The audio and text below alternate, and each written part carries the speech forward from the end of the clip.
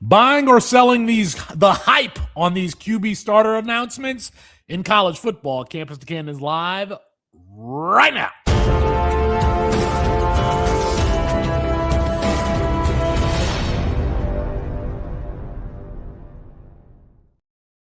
It's Felix Sharp and Matt Bruning for CampusToCanton.com. I hope you like what we're doing trying to grow this college fantasy football game.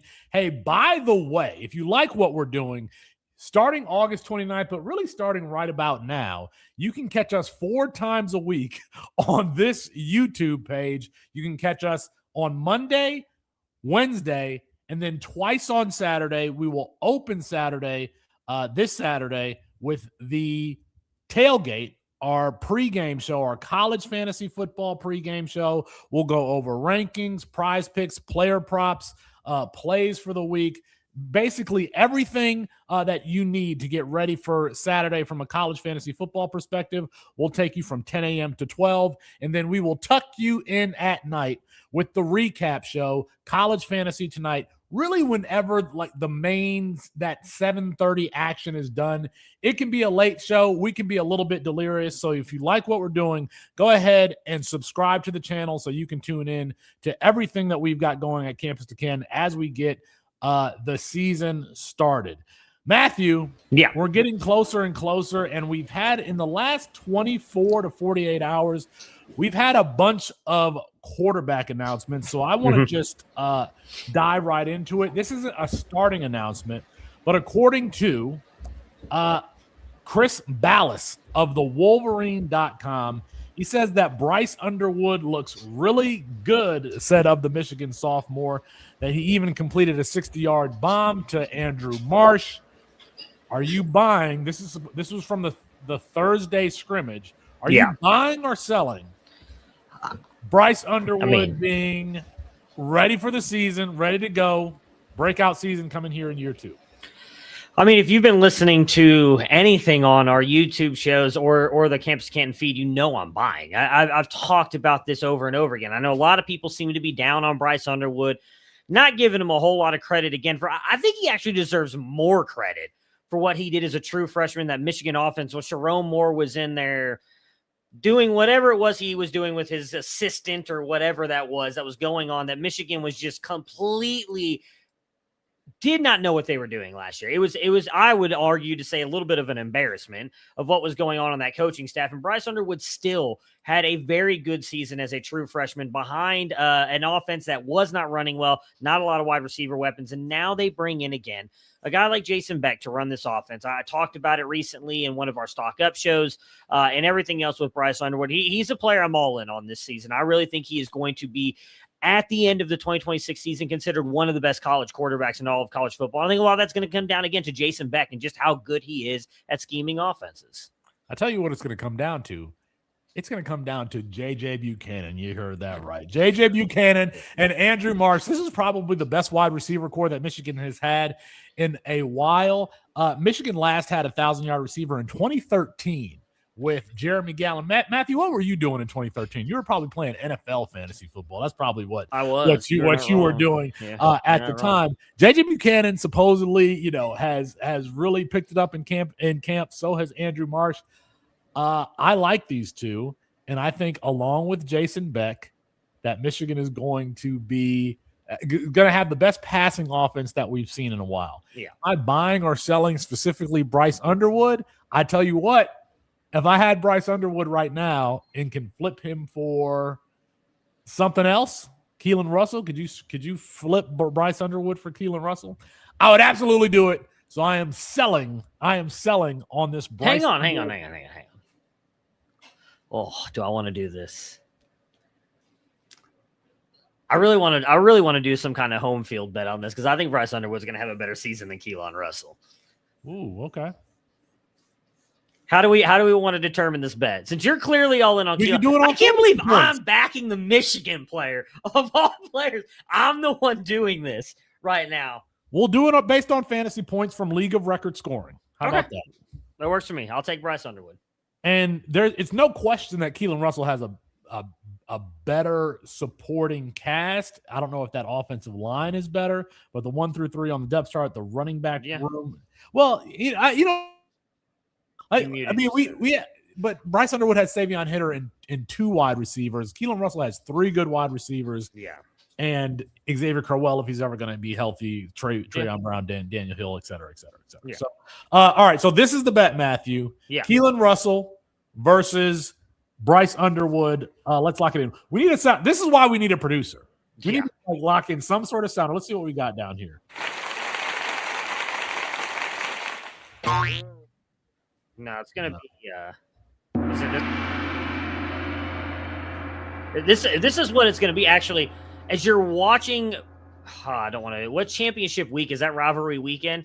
As you're watching Keelan Russell poop the bed and Bryce Underwood lose in the game, but play really well. This is what your heart's going to be doing.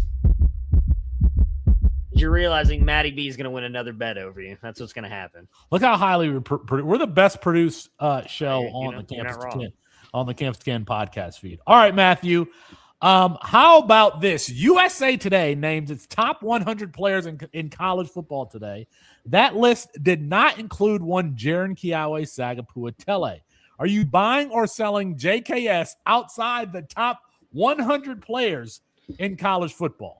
I'm selling. It's just, I mean, again, I don't know who they had voting on this or deciding this from USA Today. I assume people who just went straight into the box scores of last year's college football stats or looked for the top rated names and everything. But Chris K, we love you. If we put this on the podcast feed, he says, seeing your co-host do a show without you. Yeah, I mean, I assume going to give the list of the quarterbacks that are on this list. Seeing 1, 2, 3, 4, 5, 6, 7. I hate when you take my notes that I'm going to use for my argument. You go ahead. 9 quarterbacks on that list definitely should be not above JKS. And if you were going on my rankings, not a single one of them should be ahead of JKS. We're selling the failing USA Today. With their poor ratings. There's some terrible people there at USA Today. Don't know what they're talking about with college football. All right, so here are the quarterbacks. I need to work on my Trump impression. I really do. It's not that good. Yeah, I really thought you were going to hit us with the fake news. Like that was the perfect. I should have the fake news USA Today. So here are the quarterbacks that they have listed there. Trinidad Chambliss at 2, Julian Sayin at 6. Remember, this is out of all college football players. Dante Moore at 7, Arch Manning at 10, CJ Carr at 18, Darian Mensah at 25, Jaden Mayava at 30, Drew Mestamaker at 47. This is where it's like, to me, it's you can't apologize for this. No disparagement to these players, but I just clearly have JKS ahead of these guys. Gunnar Stockton at 53, John Mateer at 63, Josh Hoover at 86, Kevin Jennings at 94, and this is insulting. Byron Brown at 96 over JK. I mean, you couldn't squeeze him in at the end just to say, hey, as an honorable mention, hey, in the chat, raise your hand if you've got Byron Brown making the jump to Auburn, to the SEC over Jaren Kiawe Sagapua-Tele. I don't see anybody raising their hands. No, it's slightly embarrassing, but I guess it's not to be unexpected. Again, I would imagine a lot of people that were voting on this stuff were just looking purely at stats and where these players were. Again, Cal is not going to raise a lot of eyebrows, I think, until after this season, when I think Cal will battle to be into a playoff spot, because I think JKS and that team will be very good. But again, you're talking about John Mateer. John Mateer was injured most of the season and did not play well. Gunnar Stockton, I mean, look, Gunnar Stockton probably had a better season than what people gave him credit for, but I would not put him over JKS right now. Darian Mensah, why? Because he was at Duke and he threw a lot of touchdowns. I don't know that was. No, it's not because he was at Duke. It's because he's at Miami now. Well, now he's at Miami. It's the same reason that Josh Hoover is on this list, is because he's at Indiana now. If Josh Hoover was still at TCU, he would not be on this list. No, he would not. I was actually going to look at, what did Dante Moore even do last year? Did he outthrow? I don't have a problem. Barely. I do. Dante Moore does not deserve to be above JKS, but I mean, that's just me. All right, what's up, Devon? I see you there in the chat. Matthew, yes. Let's get to some of this starting quarterback news as I try to really produce the show now. According to Pete Thamel, Aaron Philo has been named the starting quarterback over Tramel Jones at Florida. Yeah. Are you buying or selling that outside of Keelan Russell, Aaron Philo, the most exciting QB starter announcement that we've seen the last day and a half. Outside of Keelan Russell, I think I am buying. I like what Buster Faulkner and John Summerall do just as coaches. I mean, again, Buster Faulkner coming over, had Philo at Georgia Tech. If you're watching on YouTube, you see that.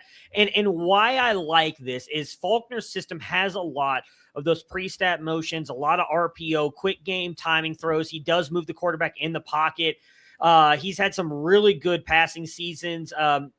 Not just from what's the quarterback's name that I'm trying to think of right now? Haynes King, who was a absolute stud for at least 2 seasons as a fantasy player. Now, a lot of that did come from his rushing. But if you also look at what John Summerall had at times, we just mentioned the aforementioned Darian Mensah and his time at Tulane when you fell in love with him, that came from John Summerall's offense. Typically, Buster Faulkner creates a lot of fantasy upside. I think that they are going to use Aaron Philo somewhat in that. I think he's going to be more using that vertical passing game than we saw out of Haynes King at Georgia Tech. But I mean, you're talking about what? Vernell Brown, Eric Singleton Jr., Dallas Wilson. Those 3 alone, you could argue, are in the conversations, probably some of the best wide receiver or some of the best wide receiver groups in all of college football. So I think overall he's going to have a really great year. I think, you're looking at probably somewhere over 3,000 passing yards and a decent amount of touchdowns. It really is just going to kind of come down fantasy wise to what he does rushing that could get you into possibly a QB2. Because again, Aaron Philo's not a bad athlete. He's not Haynes King, but I think he should be fairly good overall in the way that they use their. I don't know why he's not comparable to CJ Carr, to be honest with you. I mean, he has a little bit of mobility. He can throw the ball. And we've said this in the offseason. Florida is one of the 10 best wide receiver cores in the country. Vernell Brown, Eric Singleton, Dallas Wilson. If Dallas Wilson is healthy, this is an explosive wide receiver core. There was a game at Georgia Tech when Aaron Philo was subbing in for Haynes King and Louis Riddick was calling the game. This sounds like hyperbole, but he said it. He said that they think that Aaron Philo could be a Heisman Trophy winner. I don't know if anybody in the chat remembers that, but I remember thinking I liked Aaron Philo at the time, and Louis Riddick just took it off the top. Yeah, but I wish I would have prepared this in advance. But the thing about Aaron Philo is he's going to throw the ball deep, man. Yeah. He is going to get the ball out there. And if you're watching on YouTube, that throw right there. Yeah, he's reconnecting with Eric Singleton. Eric Singleton is one of the best deep threats in the country. This dude is going to throw the ball downfield and, again, reconnecting with his offensive coordinator. I felt a little bit nervous because Tramel Jones got this groundswell of support in the offseason that he's the leader, that, the team gravitates around him, that Aaron Philo didn't look great in the spring game. But here we go. He's named as the starter again with one of the better set of pass catchers in the country. And let's not forget number 13 in the backfield. He's a monster too. Matt, Florida is set up for success offensively. And this is a team, if we're just talking about those skill positions, they could make some noise with really just about anybody in the SEC. Oh, yeah. Again, I mean, when you talk about what Florida is, and we should also mention, they have the 12th ranked offensive line, again, according to C2C's winning edge. So Aaron Philo likely will not have a ton of pressure on him when they're not playing some of those top defensive lines. So he'll be able to pick these teams apart from inside the pocket, which is where he thrived. And if you're watching on the YouTube channel and what he was doing at Georgia Tech. So yeah, I think that Florida has a real shot of surprising people and being in the playoff race. Again, John Summerall has been a really good coach. Now he's coming into Florida. We talked about it at the time, right? I know for sure me, Austin, and Chris K talked about it on C2C Live at the times. I don't think you were back just yet at that point. But when John Summerall brought Buster Faulkner over to Florida, we're like, wow, that might have been one of the better hires of this offseason. Again, now you're pairing him, as you just mentioned, his quarterback at Georgia Tech with those weapons, that offensive line, Jaden Ball in the backfield. And I was going to pull up their schedule because I actually don't know what Florida's schedule looks like, but I honestly don't know that it matters. Again, if Florida plays to the talent they have around them, they should be battling for a playoff spot. It's a tough schedule, but I think they can beat Oklahoma. Georgia, I mean, obviously that's the biggest, I always forget what it is, the something tailgate, that rivalry game, which is always at a neutral field, but Texas, then they get Ole Miss earlier. And I mean, I actually don't think Auburn's going to be that good this year. So, I mean, they've got a couple good teams on that schedule, but Florida, I think, really could be battling for a playoff spot because of the weapons they have on that offense. Speaking of John Summerall, my close personal friend Josh Pate has been talking about recently how John Summerall could have been at North Carolina, but they went with Bill Belichick instead. Gojo in the chat says Florida will be Florida, look good for a couple of Saturdays, and then fizzle out. I think Gojo is a hater. Gojo is a hater. All right, Matthew, let's go to our next bit of news. And this is like some fun stuff right here. According to, I forgot who announced this, but Ball State, excuse me.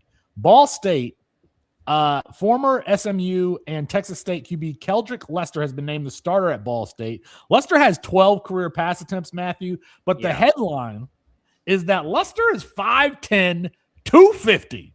Buy or sell Ball State QB Keldrick Lester as must-see maction in 2026. I am buying in a major way, and it is because of where he played here in Texas at McKinney High School. Fairly good stats overall, actually. In his last couple years in high school, almost 1,600 rushing yards and 23 touchdowns. Senior year, 771 rushing yards with 8 touchdowns. Was very good, but it's more of who he is getting paired with now. Was at SMU, Texas State, which, well, I guess you really can't say anything negative about that because he got beat out by Brad Jackson at Texas State. Brad Jackson's like a fantasy superstar, right? So and he fits that offense. But the Mike, and I apologize, I'm probably not going to get this right. The Mike Yurmovich, who is the head coach and offensive coordinator here at Ball State. If you look at what he's done with his quarterbacks rushing wise over the past couple years at Butler and Ball State, they've averaged over 600 rushing yards a season. Approximately 559 yards and 6 touchdowns is what they've averaged. His offense runs a lot of zone read, QB power encounters, design keepers, short yardage packages, and that is where Luster thrives. He is a power runner at, was he listed again, 5'10", is it 205? You scrolled out of the weight there. No, sorry. No. 250. 250. 5'10", this is Ramondre 250. Stevenson playing quarterback. He's a big boy. He's got great vision, obviously very good power. He will be used that way. I mean, obviously the big concern you're going to have from him is even going back to his time at SMU, go back to his time in high school again at McKinney High School. We don't have any proof of him being an efficient passer. It's pretty bad, his throwing. But if they're just going to be running him a ton, which is kind of in this offense, I think he could be a very fascinating watch and possibly as crazy as to say, he might be some kind of fantasy sleeper. I don't know that he makes it up into a QB1 or QB2, but the rushing upside alone makes him very interesting in this offense. I tell you what, once we get to the wintertime, October, November, and Keldrick Luster is playing on Wednesday nights on Maction, I will be watching those games to see this 5'10", 250-pound quarterback play. Listen, according to the Campus to Canton athletic comparison database, and we actually have some stats in here for Keldrick Luster, he has some good comps. Quentin Flowers, BJ Daniels. Those are some good comps for a MAC player. He has a 76.3 speed score and a 64.5 burst score.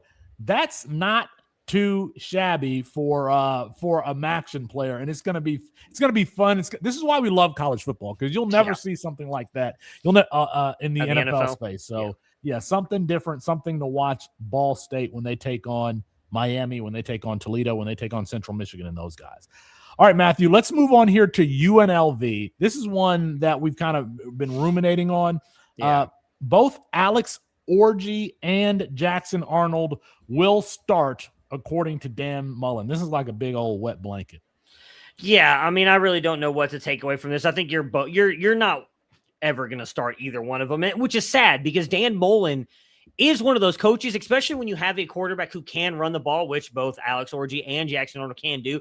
You typically want to have that guy on your roster, but if they're going to be splitting, I have no interest in this. I'll also say, what does it say about Jackson Arnold to be the fall from grace? And oh man, this is probably one of the biggest busts at a quarterback position from somebody that we've actually seen play extensively. Because I'm thinking of somebody like Ryan Perrilloux at LSU. Now we didn't get to see him a lot, but from the quarterback position, man, this is a huge bust for Jackson Arnold. I mean, it's I thought he was good too. I thought he was good my damn self. So. Well, I was going to say we at C2C did not have him as high as the services. We were a little bit down on Jackson Arnold. I got to see him in person at the the Elite 11 regional that year. That was he competed against Austin Novosad. I talked a lot about how I thought Austin Novosad looked so much better in that competition, and others. Funny enough,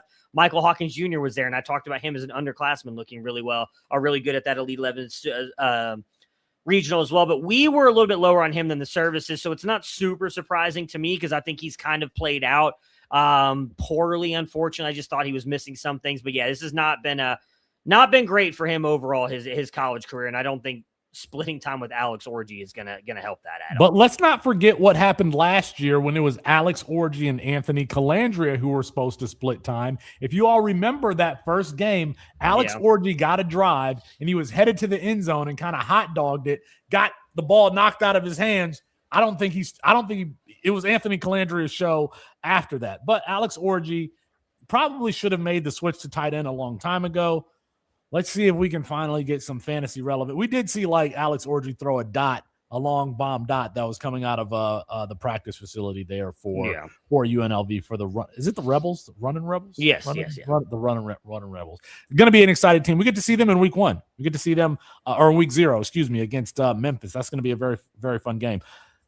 Hey, folks, little secret here. If you want to help us out with the algorithm, you can jump in the chat. Why don't you tell us what starting announcement was most exciting to you? Let us know in the chat. Drop a like on the video. That helps us a lot with the algorithm. Matthew, I want to let you cover your boy Cole Gonzalez at Charlotte. Tell it.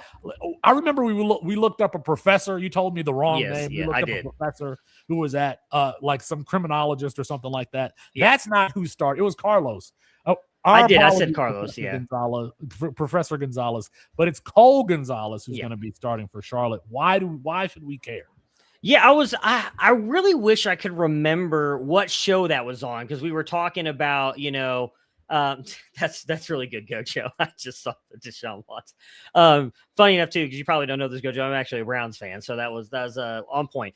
I don't remember what show we talked about this on. We were talking about different players, and I said one of the players that I was interested in possibly having a breakout this year was Charlotte's Cole Gonzalez, but I did say Carlos Gonzalez first because you immediately went to look him up, and I believe, funny enough, he's like, as you said, a professor at the at actually Charlotte or whatever it is, but.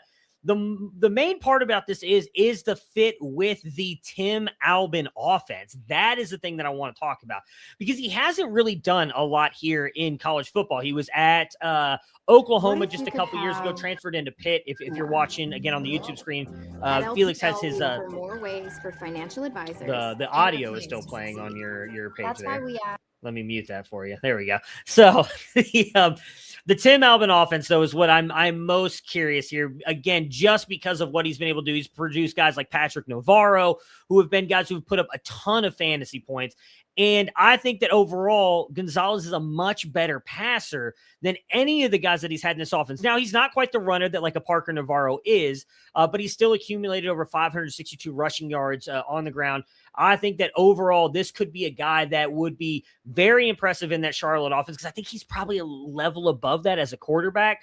I honestly think we're looking at a guy who could have QB2 upside because he will bring some running ability. Again, the passing ability is going to be there. I think he's going to pass for over 3,000 yards a game. I think he's going to approach probably that 23 to 24 fantasy points per game kind of thing because of the passing and the rushing upside. So I'm all in on Cole Gonzalez. If you look at his fantasy stats over the past couple of years, there's Carlos Gonzalez for those of you watching on the YouTube channel. Almost the same person. He's averaged 18.6 per game. So again, you're putting him in that Tim Albin offense. I just think he's has a chance to go insane. Again, Charlotte, not a tough schedule there in the American.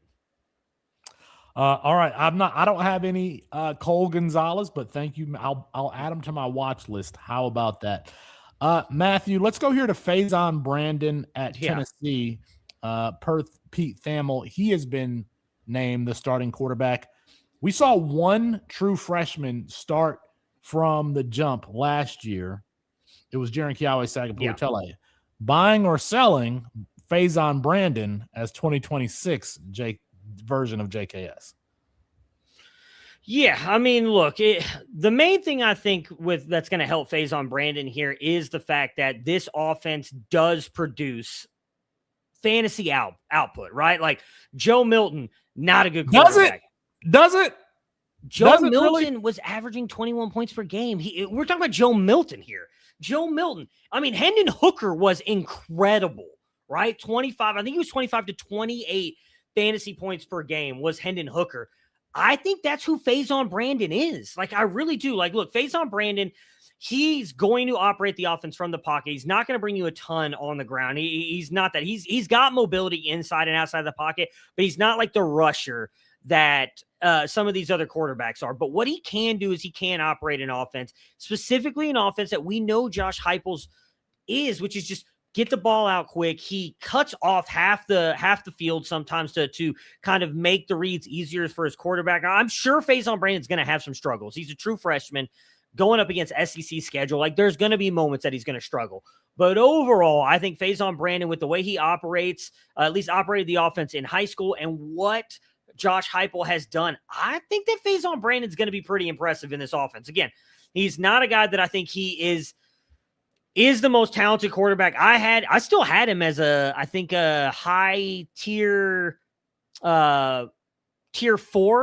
My God, not tier 4. Sorry, tier 2 quarterback, a 4-star in our grading over at Campus to Canton. But overall, again, with this offense and some of the weapons they have around him, I think that Faison Brandon is going to be just fine this year. And then I think he will continue to grow in this offense. You're muted. I want to read Matt Powell. If you take a look at the Campus to Canton freshman and supplemental draft guide that was released in March, this is what Matt Powell had to say there in our magazine. And by the way, he was our quarterback 4 overall. He has a star rating of 0.63, or at least at the time, based on the information we had, it was 0.63. If you check out the website now, it might be a little bit different. But this is what Matt Powell had to say about Faison Brandon. Faison Brandon is a controversial evaluation for the Campus to Canton team. The film shows a solid player, primarily as a pocket passer with functional rushing upside. His mechanics are clean, and he takes plenty of shots downfield, but his accuracy is inconsistent, with placement often drifting off the mark. There's a notable lack of work targeting the intermediate middle of the field, and he feels like a prospect who blossomed early rather than developing late.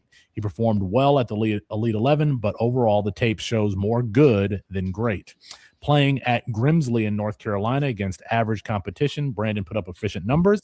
His senior season was shortened by injury, but in 6 games he posted 1,116 yards passing with 11 touchdowns and 1 interception. He added 223 yards rushing and 3 scores. His junior campaign was the standout, completing 77% of his passes for 2,814 yards, 35 touchdowns, and just 2 interceptions over 16 games, while adding 625 yards rushing and 9 touchdowns. Physically, Brandon checks a lot of boxes at 6'3.5", 206 pounds, 9 and 1/4 inch hands. While he mostly operates out of the pocket, he has a reported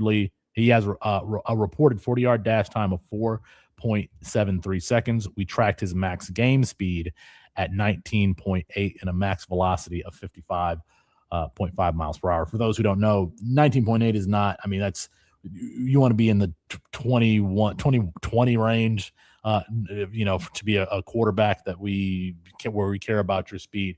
Do you have him rostered? Have you drafted him anywhere? I have not. I mean, I just think that there's better quarterbacks. He's just going too high because he was going to be the starter. Yeah.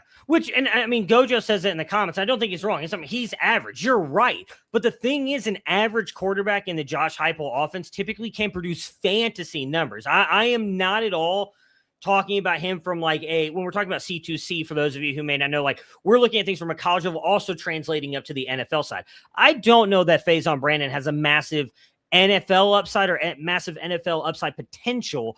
But in this offense, I do think he's the perfect fit. Like I said, when I watched him and then him going to Tennessee, and I hate helmet scouting or doing simply, he's Hendon Hooker. And if you truly look at what Hendon Hooker did in that offense, he was incredible.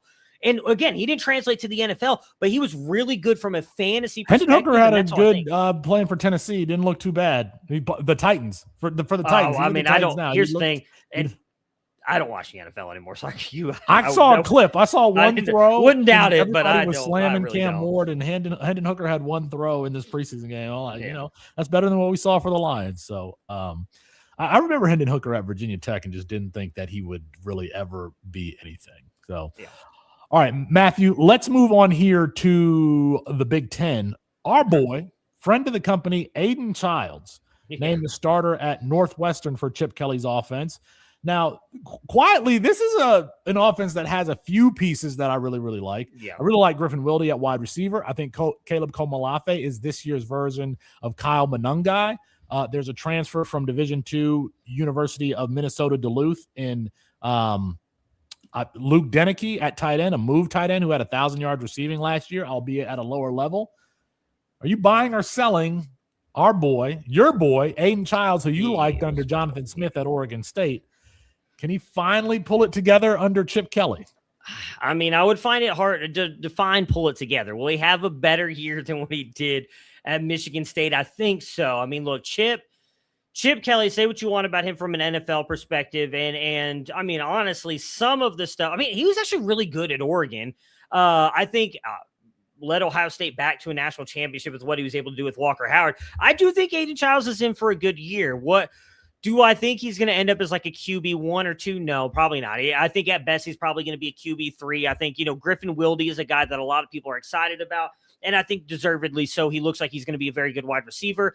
A lot of that's going to come down to, has Aiden Childs improved on that accuracy and ball placement? Because that's really where he struggled over the past couple of years. He's put the ball in harm's way a lot with some pretty bad throws. But I think Chip Kelly does a really good job of getting his quarterback out of the pocket, moving him around, which I think Aiden Childs does do very well. He is very mobile. He can throw on the run. So if Kelly is able to kind of script that offense the way he was able to for like the Marcus Mariotas, again, even Will Howard. I'm sorry. Will Howard at Ohio State. Granted, Will Howard had a probably going to be a much better offensive line and definitely much better weapons, but still Will Howard looked incredible at times in that Chip Kelly offense. And I think overall Aiden Childs is probably fairly comparable, maybe not as much arm strength as Will Howard. So I think he could have a good year, but I don't think he'll ever return to at least what I thought he could be when I first watched him in high school. There was good reason to think that Aiden Childs was going to be promising, because you look at what he did in that freshman season. If you remember, he was backing up DJ Uiagalelei at Oregon State. He completed damn near 70% of his passes, albeit on 35 attempts, but he also averaged nearly 9 yards per attempt. He's never averaged anything close to that since then at Michigan State, the 2 years where he followed Jonathan Smith. I am more inclined to believe in a player breaking out when they've had some continuity. Either they've had some continuity and the light bulb is just going off, or they go to a quarterback room like Kenny Dillingham in Arizona State, Steve Sarkisian in Texas, where they're going to an offensive guru or a quarterback whisperer of types, and they're going to get the most out of them. Think about Michael Penix Jr. when he followed Kalen DeBoer from Indiana to Washington, and he had that Heisman Trophy finalist season at Washington after having an injury-plagued season the year before at Indiana. Like, that's what I think of when I think about a post-hype sleeper.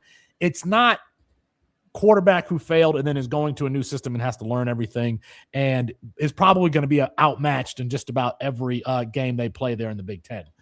Still love him. We still love Aiden Childs. I don't have Aiden Childs rostered anymore. Where, as a matter of fact, Matthew, I cut Aiden Childs in one league where I had him. I cut him. I feel bad, but I did cut him. You can check out the interview we did with Aiden when he was this is a great kid at Oregon State before he played his freshman year. Just type into YouTube, Campus to Canton, Aiden Childs. Matthew, do you want to cover Rashawn Jones, one of your boys at Boise State? He's gotten some the drum beat has been consistent with Rashawn Jones, who you've called as a sleeper, but he might not even be a sleeper anymore. Yeah, I don't think at this point you can say he's a sleeper unless you're just listening to Rashawn Jones, Austin, wide receiver, Boise State. Yeah, true freshman wide receiver at Boise State. So, what I was going to say is you could still classify him as a sleeper, I think, if you're listening to the Campus to Canton show, I believe is what they call it now on our podcast feed, hosted by one Austin Nace and Colin Decker, who are not buying into the hype at all. And maybe this will become a show-to-show bet here because I think that he is going to be much better. But yeah, Spencer Danielson, the head coach of Boise State, gave a press conference. I believe it was yesterday. It might have been today. They had their, I guess, second or almost final closed scrimmage, and he lauded Rashawn Jones for a long touchdown and a great touchdown catch in this thing. Went around and talked about him. There was very few offensive players he actually praised in this press conference. It was Maddox, their quarterback. I can't remember who the senior tight end was, and then it was true freshman wide receiver Rashawn Jones. I mean, look, he is a converted running back into the wide receiver position, but I think this kid's just got all the talent in the world. And again, he's going to a room that, in my opinion, is just wide open.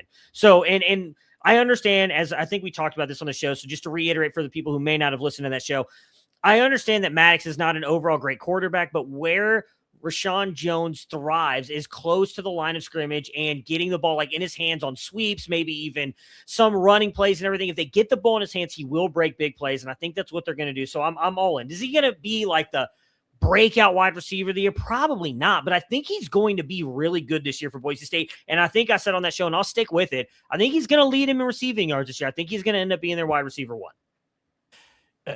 There's some dispute as to whether or not he was a running back or wide receiver in high school last season. When I watch him, I see he was a running back, and the only time he ran wide receiver, he would run these like wheel routes, but he was primarily used like around the line of scrimmage. Just think about the way Laviska Shenault was used at Colorado, or Kevin Concepcion his first year at NC State. He had a heavy usage around the line of scrimmage, or somebody like is it Malik Danzy at Florida State? A great return man, but really used.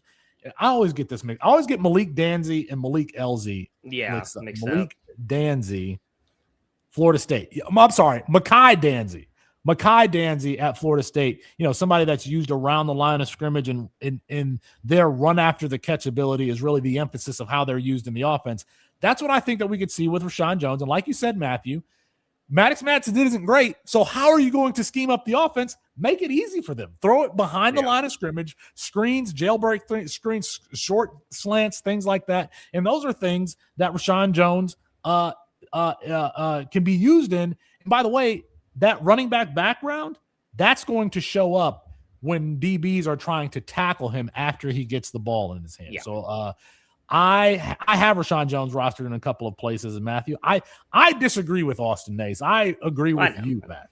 I agree with you. All right, let's go out to Washington State, a team that's always fun. You know, these games starting out late. Kaden Pinnick is been named the starting quarterback for Washington State. Matthew, and I mentioned this back in the spring, but Kaden Pinnick reminded me of Jake Haener at Fresno State. He takes care as a redshirt freshman last season. Let's see. He threw for over 3,200 yards.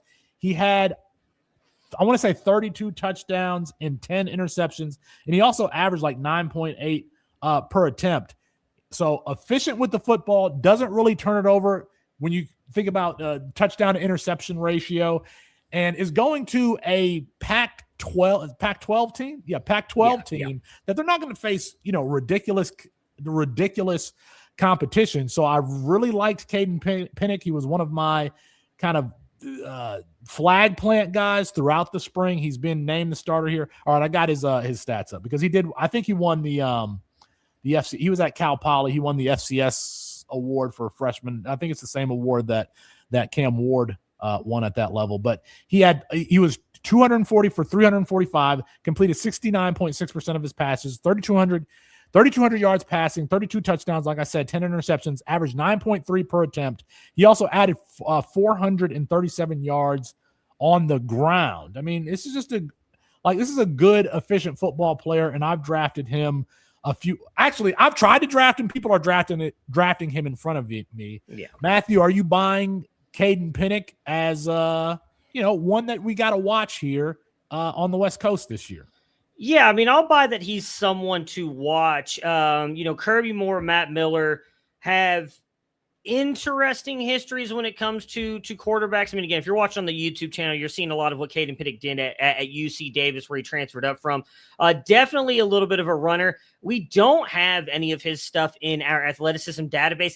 I think that the arm is not great overall. Like, he can make some good throws, but like, he does not have a strong arm. That's Jay Kaner. Just like Jay Kaner. But the rushing's there. I'd say he's a much better rusher than Jay Kaner. So, and in this offense, as you mentioned, they are going to the Pac-12. They're not going to be playing a ton of great defenses. Probably Boise State's probably the best defense they'll play overall. So I think he's an interesting player. I would, if you do draft him, I wouldn't be against drafting him, putting him on my bench and seeing what he does early on before starting him. But again, he could absolutely blow up. I just wonder if people are maybe looking at this too much as being like the next John Mateer thing or Cam Ward is a guy who transfers up and they think he's going to be that. Well, I'm saying like people who aren't paying that close attention, like, oh, well, Washington State's going to do it again, right? With the Cam Ward, or is it going to be something like when John Mateer? I don't think it's going to be quite that. All right. What of these other quarterback announcements, Matthew, do you think are notable that we should cover? There's one that I think not enough people are talking about. And I bet if I give you two guesses, you won't guess which one it is. Just give me two guesses real quick. Give me two guesses. Tyler Hughes at Wyoming. No. Although that is interesting because everybody thought it was going to be Brock Lowry. And then here's Tyler Hughes. Right? No, I'm sorry. That was Western Michigan. I apologize. So anyways, but no, it was not Tyler Hughes. Dylan Lonergan at Rutgers. No, but I was a big Dylan Lonergan fan. No, Michael Van Buren at USF. Here's the thing. They bring in Brian Hartline at head coach, and we know he can recruit wide receivers and everything else. But I don't know that a lot of people talked about. Do you know who his offensive coordinator is? No. It's Tim Beck. And I don't think a lot of people have been talking about that. If you look at what Tim Beck's quarterbacks have done over the past few years, Felix, correct me if I'm wrong. You play college fantasy football, correct? All right, so I'm going to give you the averages of his fantasy points per game for Tim Beck's quarterbacks over the past couple of years.